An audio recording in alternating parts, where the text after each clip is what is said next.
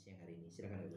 Ya, selamat pagi buat Bapak Ibu dan setiap saudara. Ini kita baru saja menyelesaikan atau merayakan pencurahan Roh Kudus atau Pentakosta. Nah, tidak ada salahnya untuk kita belajar dari sebuah kebenaran yang menarik sebenarnya, bahwa gambaran pribadi Roh Kudus itu digambarkan seperti merpati. Nah, pertanyaannya adalah apakah relevansinya Pak dengan pernikahan kami? Bapak Ibu dan setiap saudara, ada ciri-ciri yang khusus yang merpati itu miliki yang tidak dimiliki oleh burung-burung yang lain. Nah, saya mau bagikan ada tiga ciri dari merpati yang sehingga kita bisa belajar, sehingga kita bisa aplikasikan di dalam pernikahan setiap kita. Ciri merpati yang pertama adalah burung ini uniknya adalah tidak memiliki kantung empedu. Ini burung yang spesial sekali. Makanya saya percaya bahwa gambaran dari pribadi Roh Kudus digambarkan seperti seekor burung merpati itu penuh dengan makna yang ajaib. Dia tidak memiliki kantung empedu. Nah, kantung empedu itu buat apa Bapak Ibu dan setiap saudara? Kantung empedu itu digunakan untuk menampung segala jenis toksin atau racun yang diterima oleh tubuh. Jadi dia masukkan ke situ sehingga racun-racun yang masuk ke dalam tubuh binatang itu tidak meracuni seluruh tubuhnya. Nah, uniknya burung merpati ini ajaib sekali. Dia tidak memiliki kantung untuk menampung racun-racun itu. Jadi kalau burung merpati ini kalau dia menerima racun, dia langsung masukkan ke usus kecil dan setelah itu dia buang. Ini yang menarik, ya kan? Artinya dia tidak mau mengisi hidupnya dengan yang namanya luka dan pahit hati. Nah, hal yang sama di dalam pernikahan setiap kita, Bapak Ibu dan setiap saudara. Hendaknya pernikahan setiap kita itu jangan diisi dengan menyimpan kepahitan satu dengan yang lainnya. Ini musim yang ajaib, ini musim yang luar biasa, dan saya percaya ini musim yang dahsyat yang Tuhan berikan buat setiap kita. Kita sedang mengarah kepada masa yang semakin hari semakin baik. Kita tidak lagi mengalami pandemi, tetapi kita sedang keluar untuk memasuki masa endemi. Hal yang sama juga harusnya berlaku di dalam pernikahan kita. Kita mengarah ke yang lebih baik. Karena itu kita belajar dari burung merpati, jangan mau menyimpan kepahitan satu dengan yang lain. Jangan menyimpan luka satu dengan yang lain. Jangan menyimpan dosa satu dengan yang lain. Karena itulah bagaimana caranya untuk kita tidak menyimpan luka. Firman Tuhan katakan dengan sederhana di dalam kitab Efesus pasal yang keempat ayat yang ke-26 katakan seperti ini. Apabila kamu menjadi marah, janganlah kamu berbuat dosa. Janganlah matahari terbenam sebelum padam amarahmu. Yang pertama adalah mari belajar selesaikan masalah sebelum matahari terbenam. kalau kita konflik dengan pasangan kita, kalau kita konflik dengan anak-anak kita, mari kita selesaikan sebelum matahari terbenam. Sehingga apa? Sehingga iblis tidak tidak mengambil kesempatan untuk merusak hubungan kita. Kenapa begitu, Pak? Karena kita mau belajar dari seekor burung merpati. Karena merpati itu benar-benar tidak memiliki kantung empedu. Biarlah hidup kita, pernikahan kita itu zero dari luka, zero dari kepahitan. Walaupun kita mengalami benturan, kita harus selesaikan sebelum apa? Sebelum matahari terbenam. Itu yang pertama. Yang kedua, bagaimana supaya kita tidak pahit? Belajarlah untuk mengucap syukur, Bapak, Ibu, dan setiap saudara. Kadangkala yang terjadi adalah kita susah untuk mengucap syukur, baik untuk pasangan kita ataupun untuk anak-anak kita. Ada satu ayat yang hari-hari ini saya benar-benar bertobat, dan saya hari-hari ini benar-benar merenung di dalam hati saya, di dalam kedalaman hati saya. Karena saya tahu bahwa ini ayat yang harusnya mengubahkan hidup dan perilaku saya. Dikatakan seperti ini. Di Efesus pasal yang pertama, itu di ayat yang ke-16. Aku pun tidak berhenti mengucap syukur karena kamu. Karena itu, setelah aku mendengar tentang imanmu dalam Tuhan Yesus Kristus dan tentang kasihmu terhadap semua orang kudus, aku pun tidak berhenti mengucap syukur karena kamu. Bapak, Ibu, dan setiap saudara, respon apa yang muncul pada waktu kita mendengar nama pasangan kita, pada waktu kita mendengar nama dari anak-anak kita? Masihkah kita bisa mengucap syukur buat setiap mereka? Masihkah kita bisa katakan terima kasih Tuhan, mereka adalah hadiah terindah yang kau berikan buat aku? Atau kita katakan ini nyebelin sekali, ini menjengkelkan sekali. Bapak, Ibu, dan setiap saudara, saya belajar pada waktu firman ini dibagikan di waktu-waktu beberapa minggu sebelumnya oleh Bapak Gembala di tempat saya beribadah dan tertanam. Saya tahu bahwa itu firman buat saya. Saya tahu bahwa itu firman yang mengaduk-ngaduk saya. Jadi tidak mudah buat saya untuk saya bisa belajar mengucap syukur. Tetapi hari itu pada waktu firman itu hadir dan firman itu datang di dalam kehidupan saya tahu bahwa saya mesti mengucap syukur. Sehingga hari-hari ini pada waktu saya tutup mata dan saya ingat, mulai dari istri saya, khususnya buat anak-anak saya katakan, Tuhan, aku mengucap syukur buat setiap mereka, buat kehadiran mereka, buat apa yang kau lakukan di dalam kehidupan mereka, buat kerja kuasa Tuhan yang begitu ajaib di dalam hidup setiap mereka. Dan setiap hari saya mengucap syukur. Karena kalau kita tidak bisa mengucap syukur, maka yang ketiga kita tidak akan pernah bisa lakukan, yaitu kita tidak akan pernah bisa mendoakan setiap mereka. Bagaimana caranya untuk kita tidak pahit dengan mereka? Ya, kita mesti belajar mendoakan setiap mereka.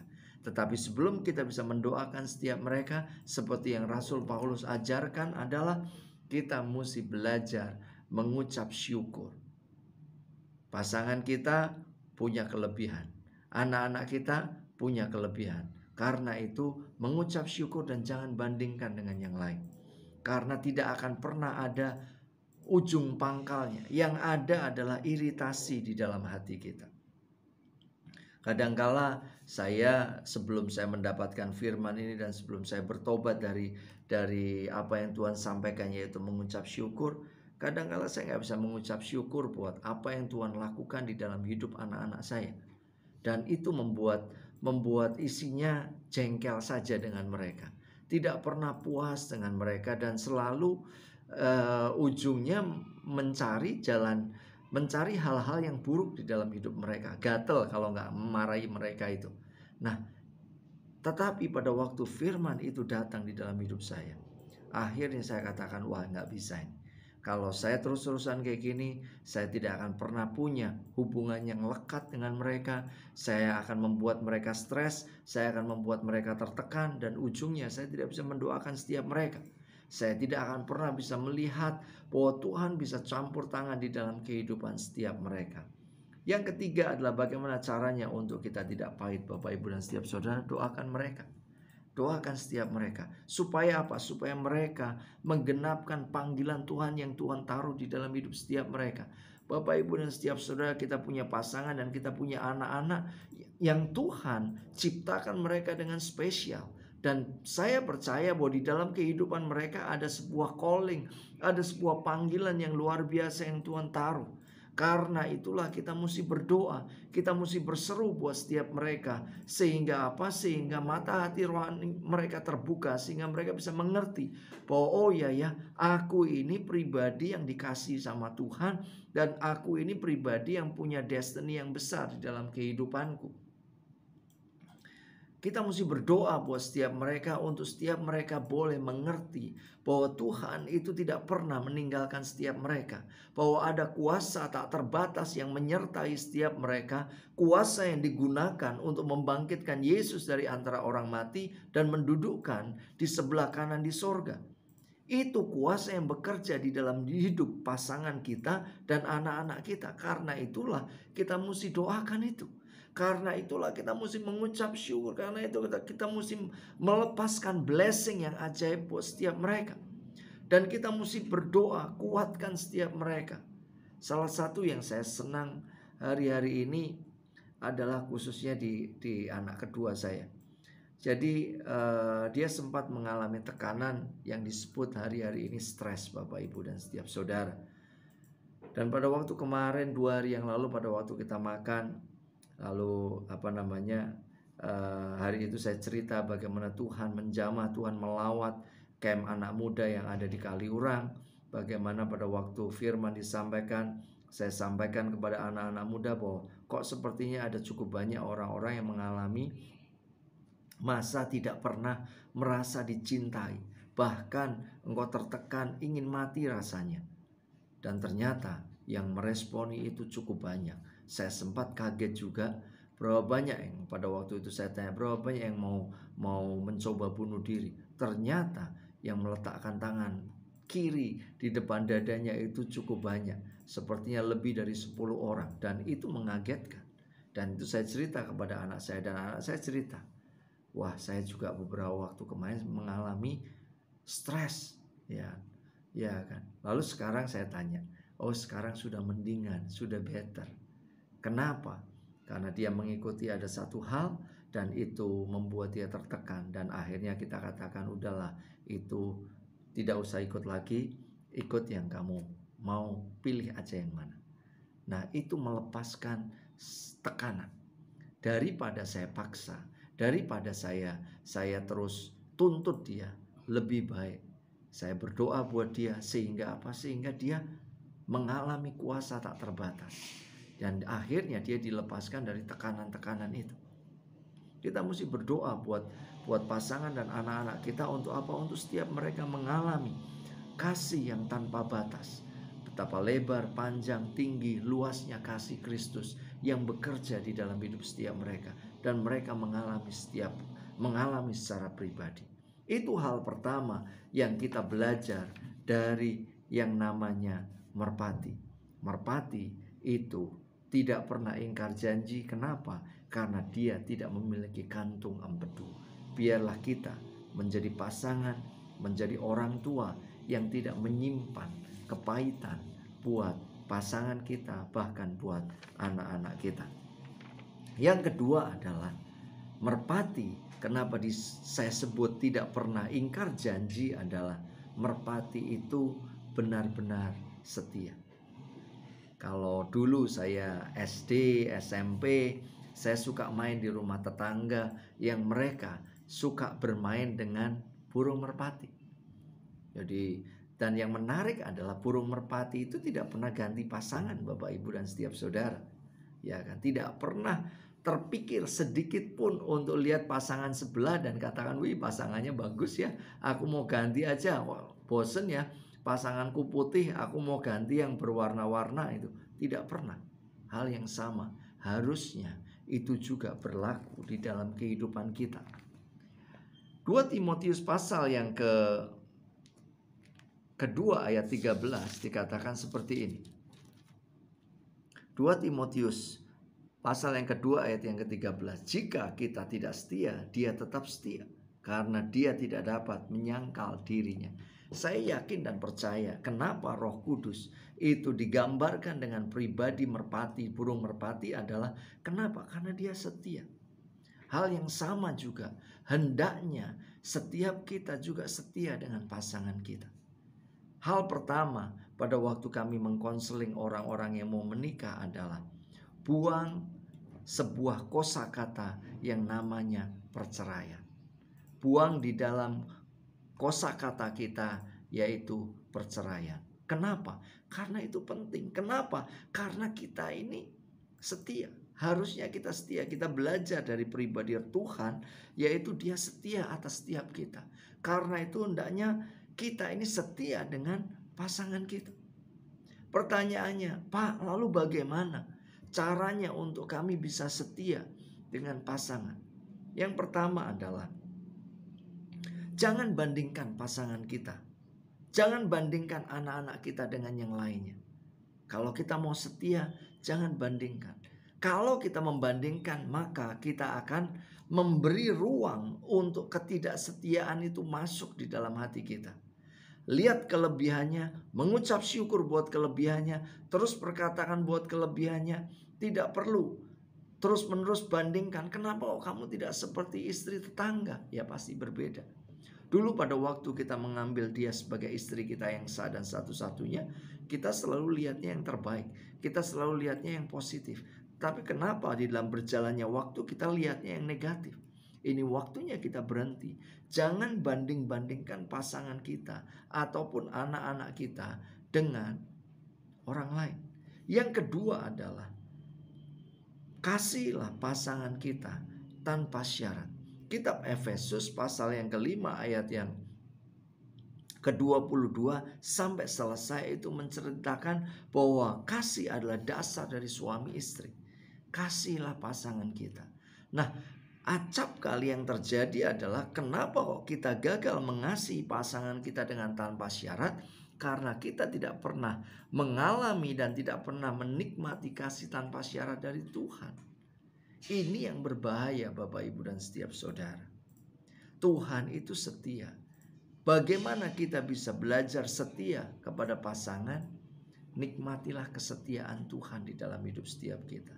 Lihat di waktu 2 tahun kemarin, di mana pada waktu masa-masa yang tidak mudah yang kita jalani, masa pandemi, masa semuanya tertekan, kita mau keluar rumah aja begitu takut. Takut apa? Takut ketemu dengan virus yang tidak pernah kita lihat juntrungnya. Dan itu benar-benar menakutkan, masa-masa yang mengerikan. Tapi apakah Tuhan meninggalkan kita? Sama sekali tidak. Mungkin kita mengalami masa-masa yang buntu, masa-masa yang sukar di dalam bisnis, di dalam keuangan, di dalam pernikahan kita. Tetapi apakah dia meninggalkan kita? Sama sekali tidak. Dia setia dikala kita tidak setia. Dia tetap ada di samping kita dikala kita kadang-kala meninggalkan dia. Yang kedua adalah kasihilah pasangan kita, bahkan kasihilah anak-anak kita dengan tanpa syarat. Yang ketiga, bagaimana caranya untuk kita membangun kesetiaan? Bangunlah persahabatan dengan pasangan kita. Pernikahan adalah persahabatan seumur hidup. Hadapi bersama-sama apapun yang Tuhan izinkan itu terjadi dengan bergandengan tangan, tanpa perlu menyalahkan, tanpa perlu mencari siapa yang salah. Mari, ini waktunya kita membangun persahabatan. Kalau kita membangun persahabatan, gimana caranya? Ya, kita menghadapi bersama-sama dengan bergandengan tangan. Ya kan? Gimana caranya untuk kita membangun persahabatan? Mari arungi kehidupan kita, baik suka maupun duka. Apapun yang terjadi, mari kita arungi. Mari kita jalani. Tidak perlu cari ini yang salah, ini yang benar, nggak perlu. Ya kan? Tidak takut untuk saling berbagi perasaan terdalam. Itu untuk kita membangun sebuah persahabatan. Untuk kita membangun kesetiaan dengan pasangan kita. Cerita ketakutan kita, cerita kegelisahan hati setiap kita. Kepada siapa? kepada sahabat yang terbaik kita, yaitu pasangan kita. Kita saling menghormati, hormati kelebihannya, hormati apapun yang Tuhan lakukan di dalam kehidupannya. Dan yang terakhir, untuk kita membangun persahabatan adalah habiskan waktu bersama. Sebentar lagi anak perempuan saya akan keluar dari rumah dan dia akan menempuh studi di luar kota, ya kan. Kami berdoa dan kami mengatur pada waktu liburan sekolah untuk kami bisa get along. Mungkin itu sebelum dia pergi, kita bisa pergi untuk apa? Untuk menghabiskan waktu bersama. Bagaimana membangun persahabatan dengan pasangan, dengan anak-anak kita. Bagaimana untuk kita dekat dengan mereka. Ya, habiskan waktu bersama kita dengan mereka. Liburan bersama, pelayanan bersama, bahkan makan bersama. Itu membuat kita bisa dekat satu sama lain. Dan yang terakhir, yang ketiga, ciri dari merpati adalah suka makan benda yang keras. Bapak, Ibu, dan setiap saudara, ini hal yang ajaib yang mungkin kita kadangkala tidak suka. Ibrani pasal yang kelima ayat 14 katakan seperti ini, bahwa kita bukan cuma minum atau makan dari susu saja, tetapi makanan keras. Artinya apa? Kalau kita mau berhasil, kalau kita mau benar-benar menikmati sebuah keberhasilan di dalam pernikahan kita, belajar untuk bergaul dengan pribadi yang setia, yaitu Roh Kudus itu sendiri. Belajar bergaul. Kenapa? Karena dia adalah penolong buat setiap kita. Arti dari penolong yang Alkitab katakan adalah itu di dalam bahasa Yunaninya itu parakletos. Yang menarik adalah parakletos itu diterjemahkan sebagai seseorang yang dipanggil untuk berada di samping kita, terutama saat dibutuhkan. Untuk apa, Bapak Ibu? Untuk menolong. Kalau kita merindukan pernikahan kita, mendidik anak kita, mengalami hal-hal yang ajaib, mari izinkan Roh Kudus untuk menolong. Kalau kita ketemu dengan pasangan kita, dia lagi bad mood, belajar untuk bertanya kepada Roh Kudus. Roh Kudus, respon apa yang aku bisa lakukan? Kita mesti ajari, kita mesti belajar untuk apa? Untuk berespon yang benar. Menolong di dalam hal apa kalau Roh Kudus itu? Di dalam pekerjaan, di dalam urusan bisnis, ya kan? Kita mesti belajar untuk bertanya kepada Roh Kudus. Roh Kudus, gimana caranya ini?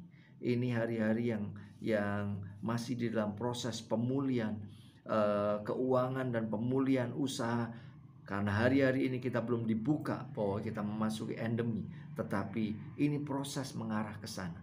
Kita mesti belajar untuk bertanya kepada Roh Kudus, gimana ini caranya untuk mengerjakan usaha ini di dalam pekerjaan, di dalam urusan apa? Di dalam urusan pelayanan kalau kita sebagai hamba-hamba Tuhan dan kita melayani.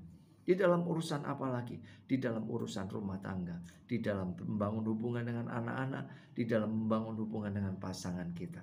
Kita punya sahabat terbaik, yaitu pribadi Trinitas yang akan menolong setiap kita.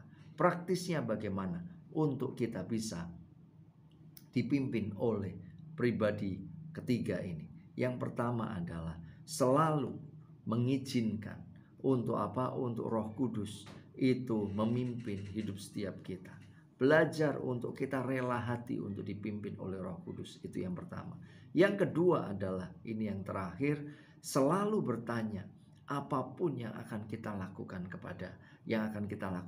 keputusan apapun, mari kita belajar selalu bertanya kepada Dia. Ini gimana ini? Pada waktu kita mau kerja sama dengan seseorang, kita mesti tanya kepada pribadi Roh Kudus. Ini orangnya bagaimana?